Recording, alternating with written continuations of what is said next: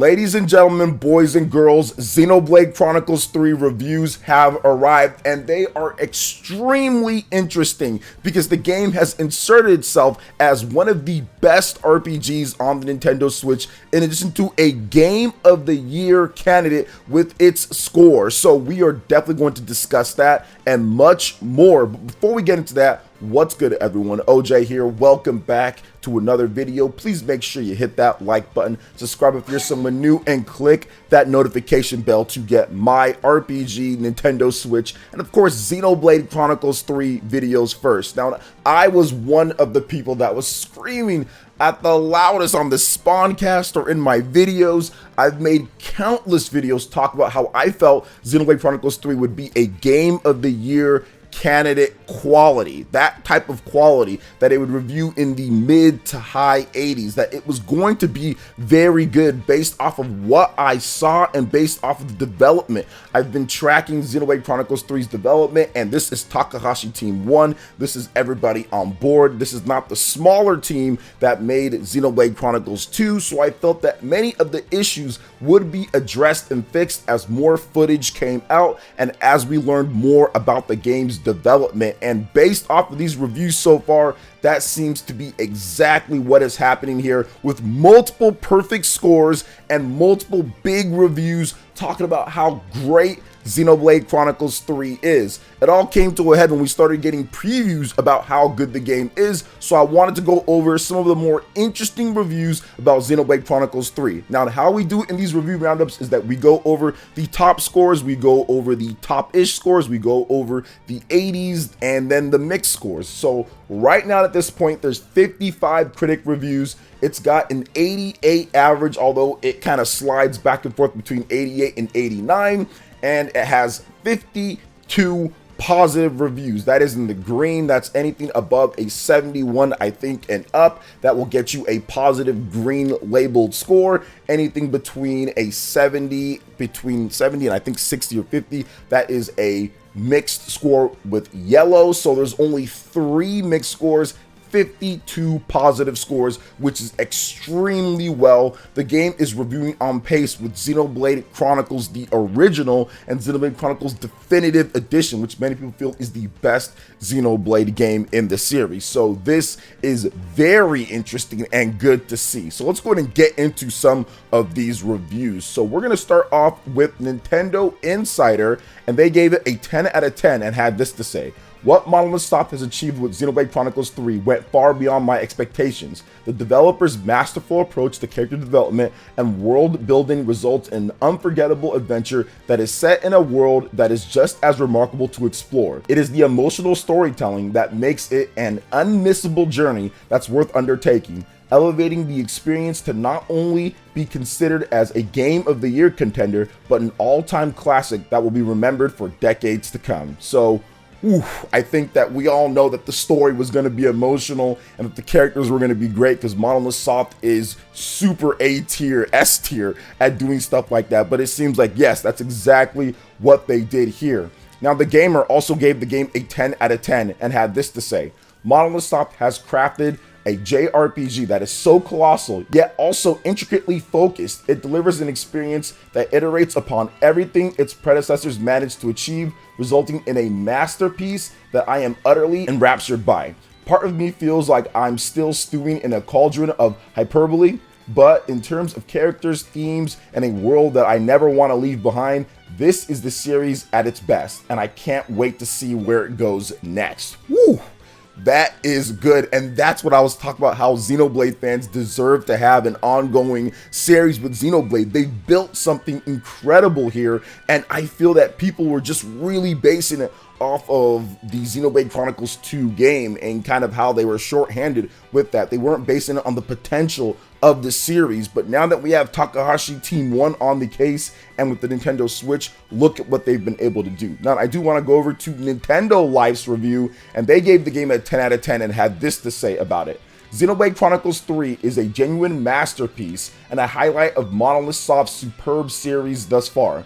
There's an emotionally charged and surprisingly edgy epic to get stuck into here. A sprawling and hugely engaging narrative populated by a cast of unforgettable characters that's backed up by some of the very best combat we've had the pleasure of getting to grips with in this genre today. Over 100 hours into one, we're as captivated now as we were when we first booted it up, and it has more than delivered every bit of adventure, emotion, and action that its signature start screen promised it might. Aionios awaits. It's time to seize the future.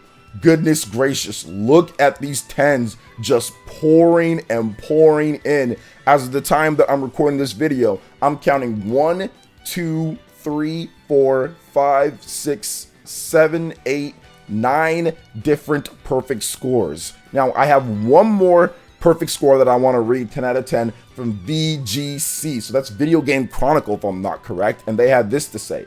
Xenoblade Chronicles 3 delivers a massive world and more than enough story and character to fill it, combined with the series' most reactive combat system to date.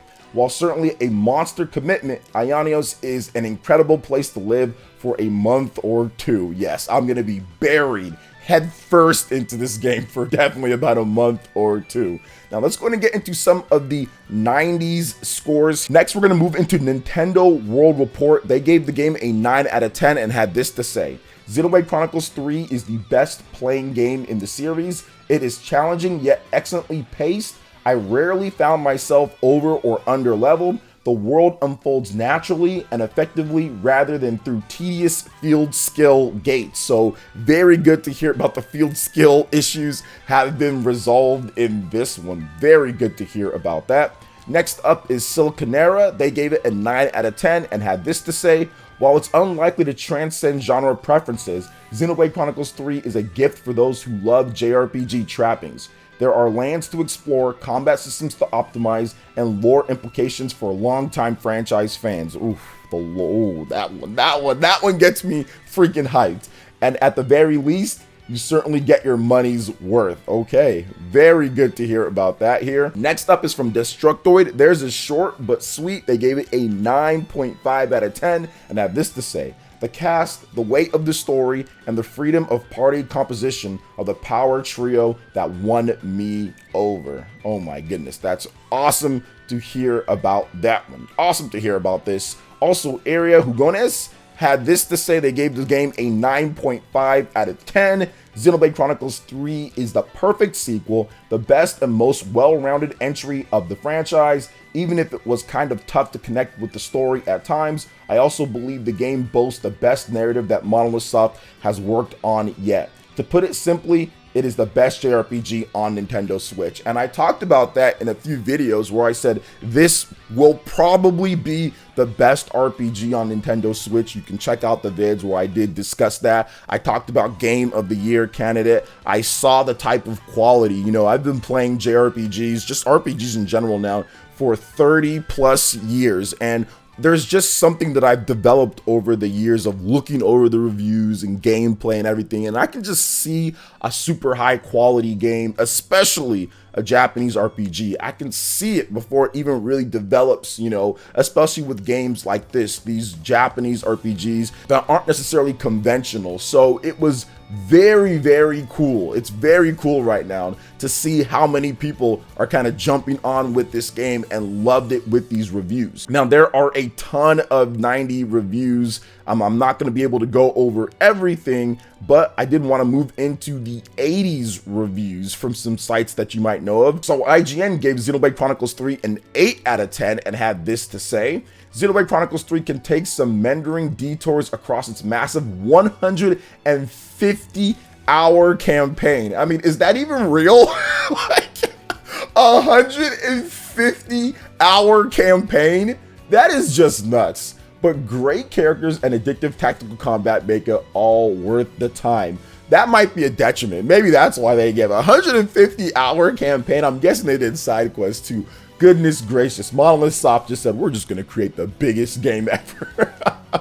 Awesome stuff there. Awesome or not awesome, depending on how much time you have to play video games. But for me, awesome. So let's go ahead and let's get into this next review, COG Connected. And remember, guys, we're going to go over the positive and also the middling, and we're going to go over the mix. We're going to go over everything here. So it's not all going to be 10s and 90s. So COG Connected had this to say. They gave it an 8 out of 10. This review might seem short, especially for such a gigantic game. There's just so much I can't disclose. Bits of the combat and the mechanics, of course, but mainly the story. It's just much better if you experience these things yourself. I will say that this story manages to be both relatable and enormous. You want almost desperately to see how this thing shakes out. I wish the combat wasn't so sluggish at times. It almost obstructs the narrative, having to wade through these disconnected battles, but the quest system is engaging and the battles do eventually make sense. The writing is great and the voice acting is getting better with every game. Xenoblade Chronicles 3 is a gigantic, epic adventure. It's also bloated, hyperactive, and easily distracted. It's beautiful but flat. It's weird yet familiar. If you're looking for a massive new JRPG, the latest Xenoblade game is here for you. So they don't necessarily love the combat as much as the people above did when it comes down to it, and sometimes it distracted from the narrative. So they're more looking for like the story side of things, and I'm guessing they think it's too long as well because they have to go through all the different combat stuff to get to what they like, which is the story, which hence why they got the 8 out of 10. All right, makes sense. Next up, GameSpot gave the game an 8 out of 10 and had this to say. Xenoblade Chronicles 3 feels like the game Monolith Soft has been trying to craft for years. While its dialogue could have used an extra pass, it more than makes up for it with its wonderful story and superb combat. It's rare for a JRPG to hold my attention for a 100-hour runtime, but Xenoblade Chronicles 3 did it with confidence. So very good there from GameSpot, 8 out of 10. Great score. So next up, there aren't really many mixed reviews that I can see right here. I clicked on it and I saw only one, so I am going to re-click on this and exactly see what happens here. And it did once again fade into an 89, so we're gonna go ahead and go with 89 right now, not 88. So Game Informer gave it a 7.3 out of 10 and had this to say. My party of 7 felt like a little army when explosive arcs and flashy Ouroboros combos lit up already chaotic battlefield, and quality of life improvements like customizable shortcut hotbars and in-game GPS streamline, menu surfing, and traversal. Still, the narrative and the world design left much to be desired, as critical plot twists are frustratingly obvious. Character growth is virtually non-existent, and navigation in each uninspired environment proves to be a tiring exercise. Xenoblade Chronicles 3 is a double-edged sword that needs a bit more sharpening. You know what? I don't want to sit here and discredit this type of review, but it seems like this review looked at everything everybody else was saying and said, nah, all this stuff just sucks when it comes to like the open world, because like there's so many reviews that said complete opposite when it comes to the characters and everything like that. But hey, it is an opinion. Some people might feel that way, and that's how Game Informer feels. Next up is PC Mag. They gave the game a 7 out of 10 and had this to say. Xenoblade Chronicles 3 is a massive JRPG with a unique story and deep combat that's tempered by all too familiar gameplay mechanics. Okay, so they don't like the gameplay then, it seems like that way. Next up is Post Arcade National Post. They gave the game a 7 out of 10 and had this to say. Xenoblade Chronicles 3 earns a modest thumbs up. It's undeniably huge, delivering good bang for your RPG dollar, and has some interesting ideas on its mind. It's no Final Fantasy or Zelda. Zelda's not quite an RPG, but fans of sophisticated combat and Japanese storytelling should be well served. Alright, so I'm not sure what's going on there. But yeah, it's definitely not Final Fantasy or Xenoblade. I mean, that's for sure. All right, guys. So that is all the reviews we're going to be going over. Now I want to get into my own opinion on all of this here. Like I said, as a super Xenoblade fan, it's great to see, once again, the positive reviews. So many people getting into it. We know now that this can be up to 150 hours. 100-hour campaign, probably not even doing all of these side quests, so that is good to hear. We know that this game is a Game of the Year candidate. Not going to sit here and say that it's going to win it, because obviously Elden Ring and then also God of War Ragnarok, so I'm not saying that it's going to win in the mainstream or the Keighley Awards, but it's made its way to the table. It's got a seat at the round table for Game of the Year, because if your game, you know, gets into the 88, 89 range, that's right up there with many of the Game of the Year candidates, because you need about 5 or 6 games or so for Game of the Year. Metroid Dread last year made its way to Game of the Year table with an 88 score. So to see Xenoblade Chronicles 3 get this high of a mark is very, very pleasing. I didn't think it would be 89, just because I thought that'd be a little bit high, but I'm so pleased to be wrong. I felt that it was going to get a mid to high 80s. So I was thinking like 87, 88-ish, which I guess it was close to that. At one point it was 88, then it went to 89. So I was kind of close. I just didn't think it'd be 89, almost 90. So very good there. So it's definitely a Game of the Year candidate. I think that the game proved, Monolith Soft has proved that Xenoblade deserves to be a long-running franchise. It deserves to be something that they continue. Whether they do that or not, that's yet to be seen. But I'm very happy to see that Monolith Soft was able to finally get this type of game out. And I think that, yeah, they've been trying to create this type of game for a long time. They've been trying to build this with the Nintendo Switch, and they've done it. It's a phenomenal game. I think the thing that I like the most that I heard in these reviews was the fact that the story and the characters and the lore. There was one review that talked about the lore for fans. That to me is just the biggest thing, because a lot of people that probably played this game didn't really understand or know the story of Xenoblade 1 and 2, or they watched the recap videos and weren't really into the deep lore of the game. So to find out that there's resolutions and answers for that lore is very good to see. So very exciting.